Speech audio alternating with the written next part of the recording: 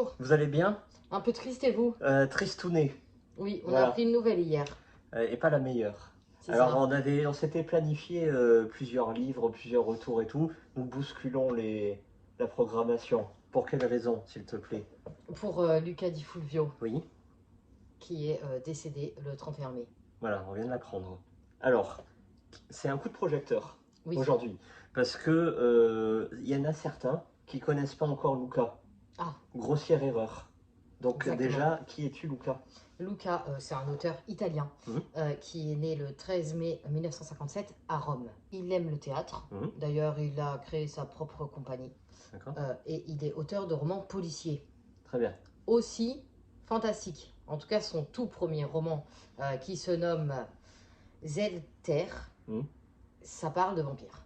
Sous le pseudonyme de Duc Blanco, oui, il a écrit aussi de la littérature enfant et oui. jeunesse. Très bien. Alors, on va partir dans le côté roman. En tant que Oui. romancier, il a 5 œuvres renommées. Lesquelles donc, s'il te plaît? Nous avons bien évidemment Le Gang des rêves. Oui. C'est pour celui-ci qu'il a été connu Mhm, principalement. mhm, On a aussi Le Soleil d'Orbeil, très bien. qui est très bon. Enfin, Mhm, moi j'adore celui-là. On a aussi Mama Roma, oui. Qui se passe à Rome. c'est ça. Oui. Les enfants de Venise, Ça se passe à Venise. exactement. Oui, très bien. Les prisonniers de la liberté, Ah, ça se passe en Argentine. voilà. Voilà. Rien à voir avec l'Italie.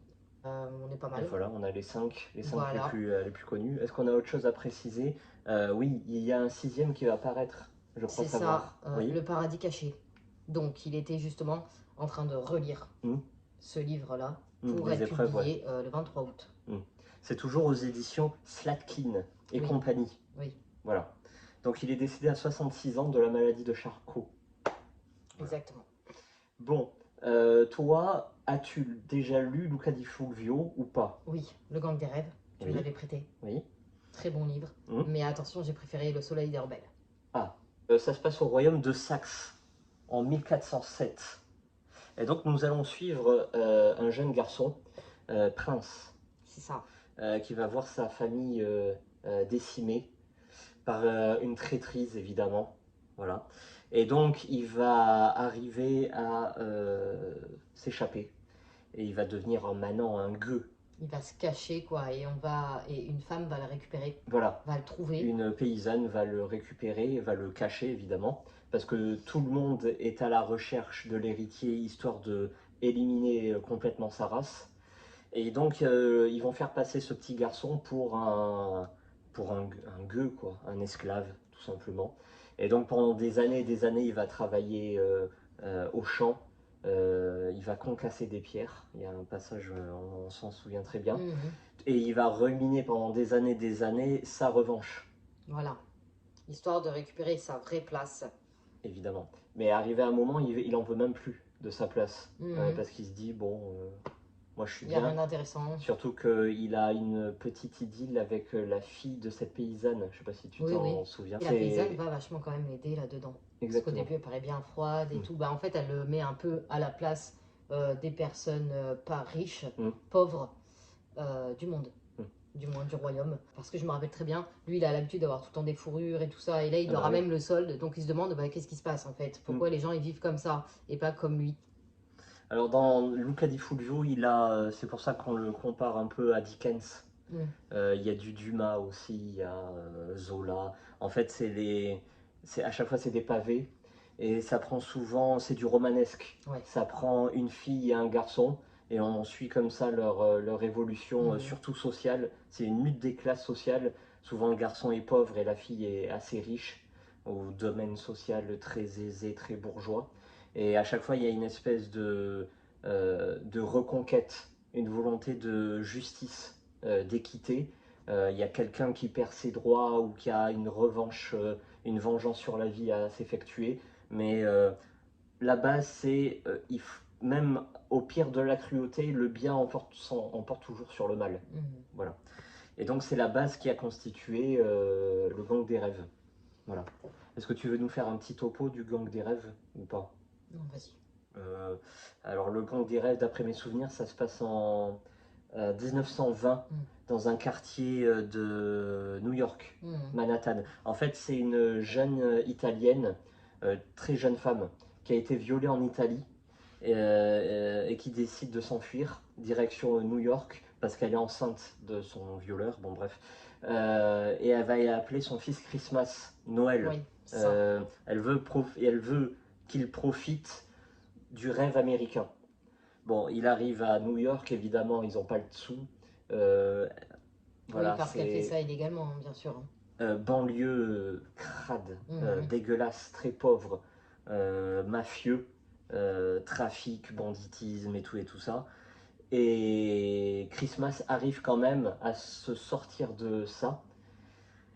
Et il va s'éprendre lui aussi d'une jeune juive, une jeune fille juive, qui elle aussi a eu des problèmes, bien qu'elle soit choyée et dans une famille protectrice et très riche d'Hollywood. Le père de la fille est producteur de films à Hollywood. Bon, voilà.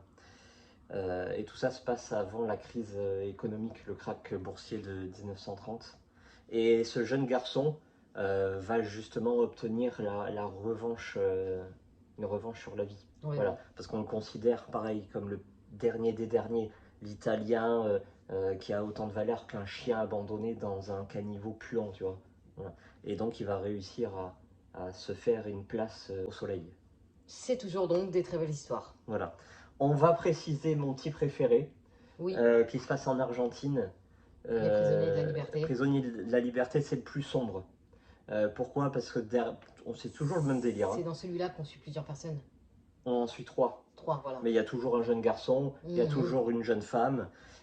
C'est là où les thèmes sont les plus noirs, notamment la traite des femmes en Argentine. Je crois que c'est 1930 de mémoire, où là c'est la prostitution, c'est assez cruel. Il y a des antagonistes qui sont vraiment la lie, Mhm. humainement parlant, c'est les derniers des derniers. Et on va suivre justement cette femme qui va connaître dégueulasse, voilà, et qui va devenir la figure de proue de l'émancipation féminine en Argentine dans les années 1930-1940. Voilà. Et c'est assez remarquable. Évidemment, on pourra dire, oui, mais c'est des pavés de 800, 900 pages, il y a des longueurs. Ah oui, celui-là, il est lourd. Il est lourd, celui-là. Ok, d'accord. Mais l'écriture est quand même assez captivante, Mhm. assez plaisante. C'est surtout les personnages incroyables. C'est des épopées hein, à chaque fois. Hein. Vous Voilà. avez été conquis. Ah mais moi je le recommande à tout le monde. Je ne peux pas comprendre qu'on ne lise pas Luca di Fulvio. C'est vrai. Voilà. Bon, d'accord, c'est romanesque, mais il y a une force dans ses écrits. Exactement. C'est un auteur qu'on reconnaît. Exactement. Est-ce que tu recommandes et que recommandes-tu? Alors, évidemment, je recommande Di Oui. Fulvio et surtout Le Soleil des Rebelles. Très bien. Voilà. Bon, Le Gang des Rêves, ça sert à rien de le recommander. Il est franchement assez connu comme ça. Je connais personne qui dise moi j'ai pas aimé. Non, moi non plus. Voilà, ça n'existe pas. Voilà. Voilà. En fait, c'est la force de Christmas parce qu'il a une gouaille, Mhm. il a une véritable personnalité, il a une répartie, et j'en dirai pas plus parce que ça fait partie prenante de l'intrigue. Voilà. Et bien voilà, on va mettre nos petits retours parce que pour sûr, on a fait Mama Roma. Oui, exactement. On a peut-être fait aussi Le Soleil des Rebelles, je ne sais plus. Mm. Mama Roma, c'est une des toutes premières vidéos, donc il faudra vraiment pas juger sur la qualité. C'est notre deuxième. Voilà, on était sur le canapé, faut pas juger. Exact. Allez-y, vraiment. Et Oui. n'oubliez pas, le 23 août, nous avons... Le paradis caché. Alors à mon avis, il va falloir se jeter dessus, je pense. Ah ouais. Bon, merci beaucoup. Merci, Et à bientôt. Hein. à bientôt.